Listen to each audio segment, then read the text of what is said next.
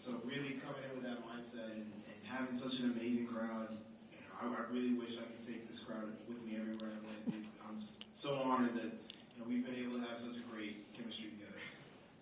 Katie, for you as well, your first Olympic medal came exactly in this very same stadium 4 years ago. You're back on the podium after that silver in Eugene at home. You mentioned about how tough and how close this race was. How is it to be back on the podium again in the next 200? I mean, it feels great. I mean, last World Championship didn't go the way that I wanted. I got fourth, fifth. I don't remember, but just to be back on the podium means a lot. Every single year I'm just learning to improve on different things, understanding things a little bit more, and just trying to get faster every single year. So I'm just happy to be back on the podium. My teammates, my friends, family, agent, everybody that's helped me along this journey. It means a lot. Thank you, Candy. Over to Bryan Levell, winning your first individual global medal. Bryan, this comes at a week where when your country won gold and silver in the men's 100, now you add back to that collation with your first global medal. How special it is for you, especially to cap off a great season thus far? A great feeling when that came with your my personality. I'm running the first World Championship, so I'm very proud of that. Thanks so much. I'll open it up here. We'll start with Larry. Larry, your front log run. Kenny, Noah, and Bryan, congratulations. Noah, this question's for you. So last night you were in 1951. I was kind of going, wow, what's he going to do tonight? And tonight you were in 1952. So if we interpret it, it's all about the race. You really want to worry about the time. Is that how we should take a look at it? No, I wanted to run faster. I was truthfully coming out here with the idea of coming after my American record. It just didn't happen. And that, there's multitudes of reasons why that could be, but I probably chalked the biggest one up to only running 4 200s before World Championships. But I think I'm even more impressed by the fact that I was able to run 1951 and then 1952 back-to-back days. I mean, I could have easily gassed myself out. So that's a testament to how much training we were able to get in, even with the injury, and truly just being blessed to be able to call upon my best races when I need them most. John with a green polo shirt, followed by you.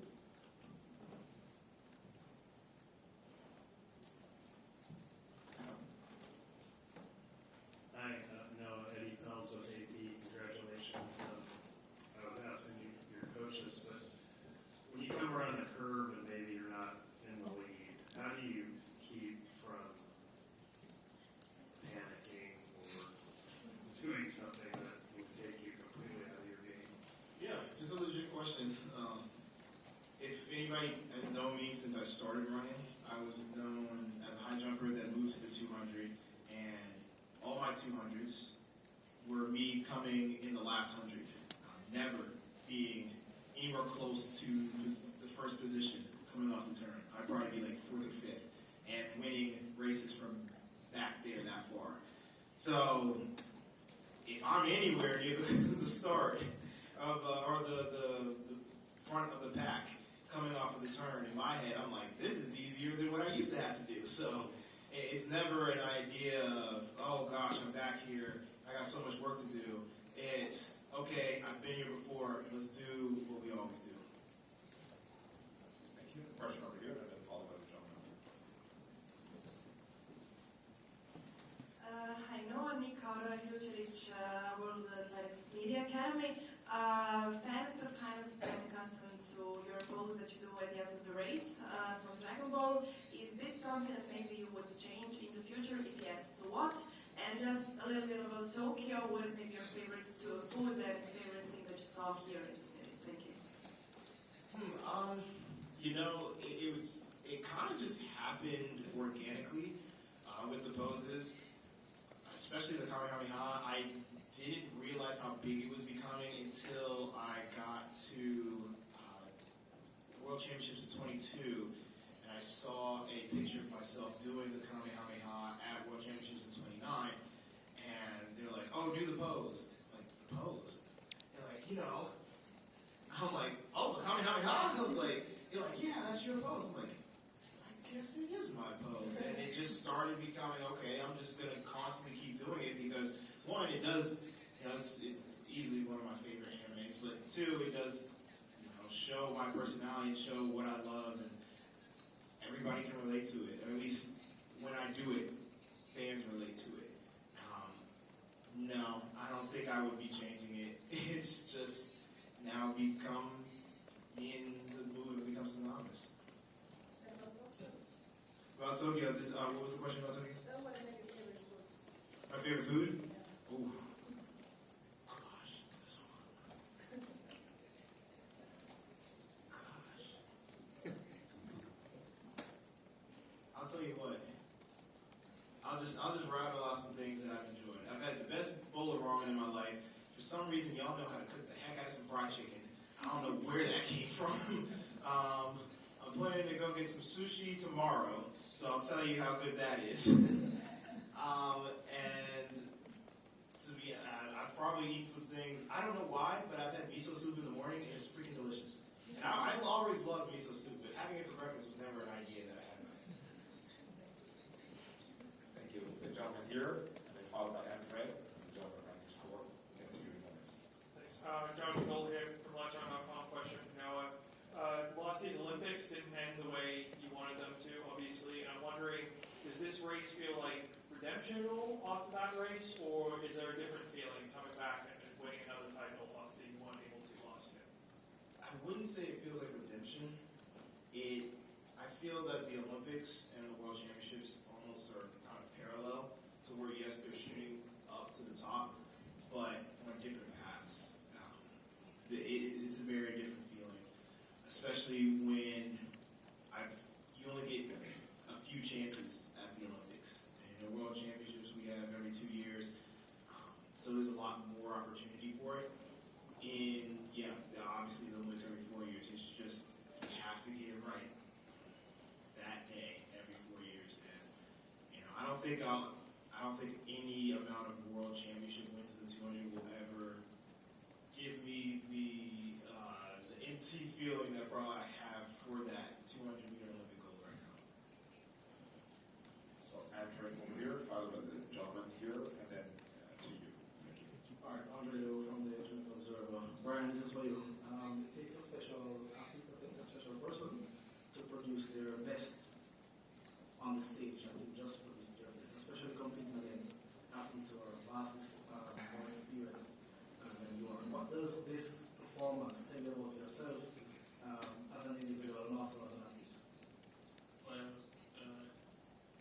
it gave me a good feeling knowing that I'm up there with the best in the world. Noah, Kenny, they're really good competitors. But all the keywords, sorry, competitors. But knowing that I could come in here and give my best,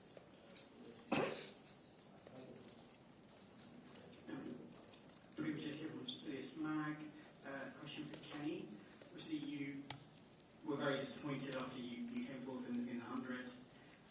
What was the feeling coming back, getting silver in the 200? Because obviously, we know you wanted the gold, but at the same time, you've got a medal back here in Tokyo. So, what are the feelings and how do you process that this year? I mean, it's a bittersweet. I mean, for the 100, I didn't put my best foot down when it came to that. You guys already saw what happened, so that was quite upsetting. But coming into the 200, I mean, I already know what I can do, so just wanted to execute. Being in lane 8 is pretty tough, but I've been in lane 8 many times, so I already know what to do. But like I said before, just kind of coming back, just be able to be on the podium. That's all I can ask for, and just look upon this and get better for the next year. My question's for Noah. My name's Nick Wolver, Olympic Rings and other things. In the early 80s, as Carl Lewis started counting down to LA 84, pressure started mounting, goals were part of the conversation. Have you talked with Carl about your countdown to LA 28? And if you have, what has the conversation been? If you haven't, who are you talking to about those topics?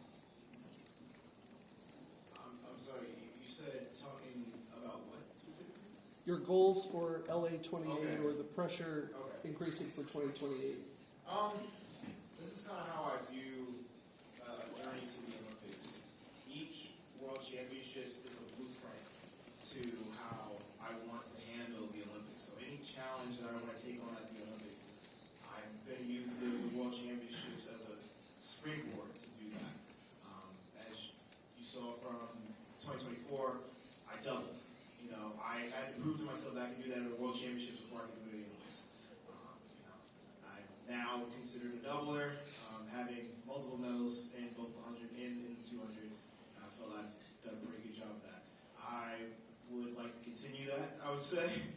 I mean, I'd say that a lot of my, there's so much I want to say.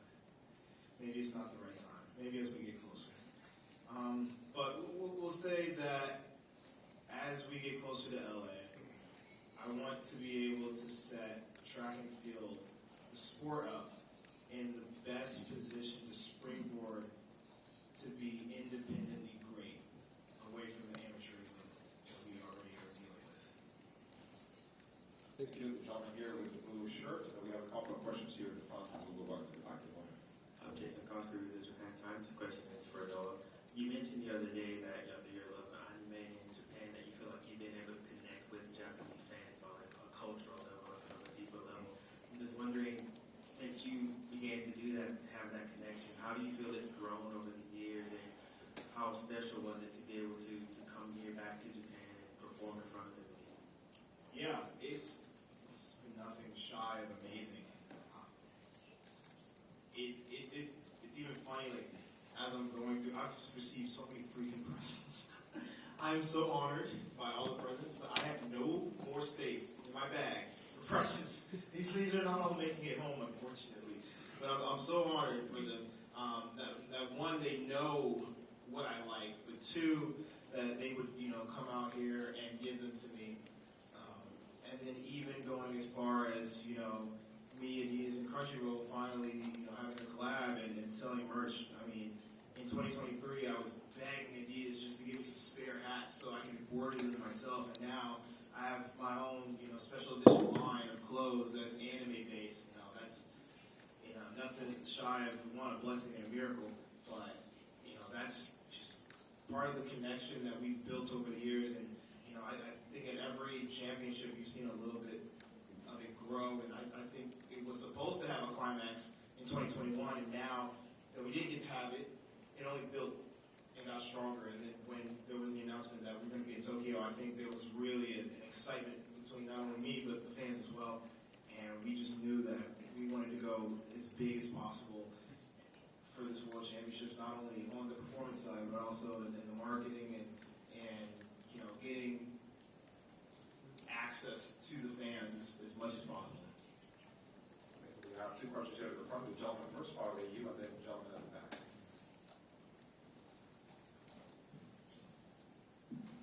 Ewan Crumley from Athletics Weekly. A question for Noah.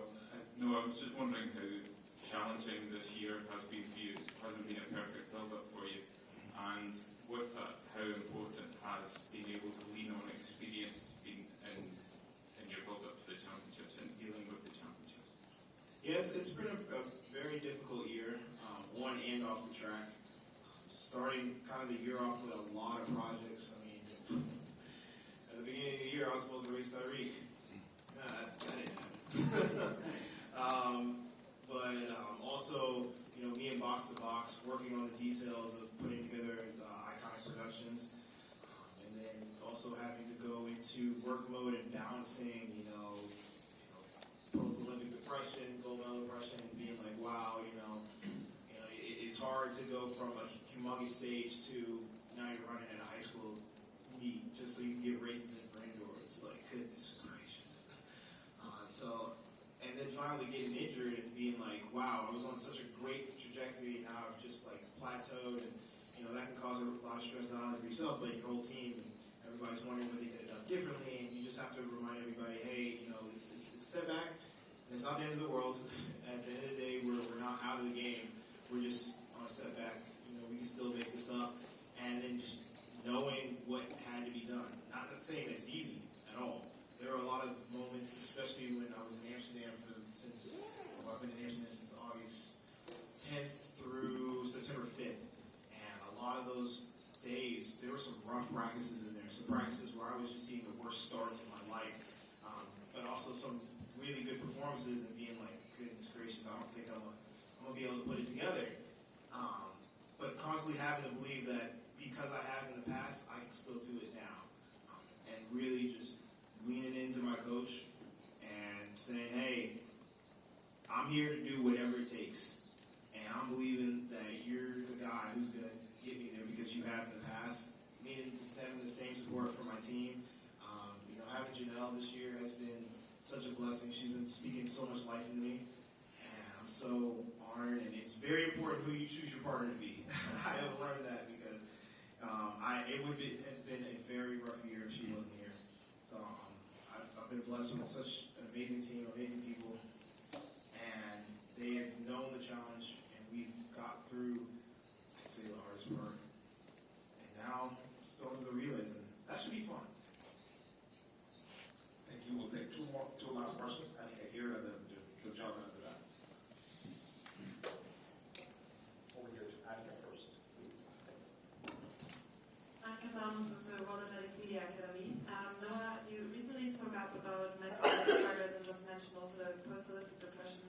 So can you maybe share some insights? How do you deal with it prior to the races right now? How is your preparation impacting you? Yeah, this is probably the strangest year in terms of race preparation for me. I'd say that I've really been diving into my walk with God, and in doing so, it's changed a lot of the way I think and my behaviors, all the way down to my music. And the last two warm-ups that I had was musicless. And I wasn't listening to music. It was kind of more just like things that I love to hear and watching videos.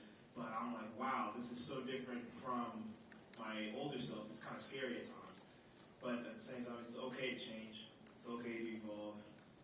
It is scary and it is hard, but nothing great comes easy.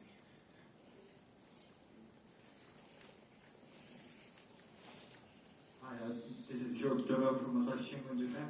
Question to Noah. Congratulations. So you talked about the love of Japan already, but now many kids in Japan look up to you as a role model. So what does it mean to you for to get all these attentions from outside U.S. and if you have any message to them, who one day wants to run like you? It's very. I find it so funny. I didn't start this journey to become a role model. I kind of started it because it was a selfish reason. I wanted to be the best, and I was willing to do anything to get to be the best. And it's almost like you decide you're going to climb Mount Everest, and you're trying to be the first one to get to the top. And as you're going up, you start realizing that you're creating a groove and a path. And then you turn around and you notice other people are following that groove. And you're like, oh, wow, I have to be intentional with the route that I'm taking because I don't want them to have to take a harder path than I took. And it's such a blessing to be able to have so many kids look up to me. I mean, as you know, of course, I grew up in the Bolt era, so everybody looks up to Bolt. And now I'm getting so many people being like, oh my gosh, Noah's my favorite athlete, and I feel so honored. And not only just because of the people in America, but also, of course, the kids in Japan. Even this is probably my favorite. It's the most shocking one I never thought I would hear in my life. I've become pretty close with a soft pal, and his wife contacted Janelle, and she said her son came home from school, and the first thing he said was, "Did Noah run yet?" And she then proceeded to tell us that I'm his favorite runner, and I'm like, that's freaking crazy, because your dad is a freaking legend of the sport. So it's just all about, the times and things moving on with the generations, because I know one day, there's going to be another. Maybe my kid is going to be looking up to Gal Gal and saying, Gal Gal's my favorite runner, and I'm going to be like, I'm so happy to hear that. Thank you, Noah. Thank you, Kenny. And thank you, Bryan, for allowing us again on this performance tonight. That brings the press conference to a close. Thanks so much and have a great evening. Thank you.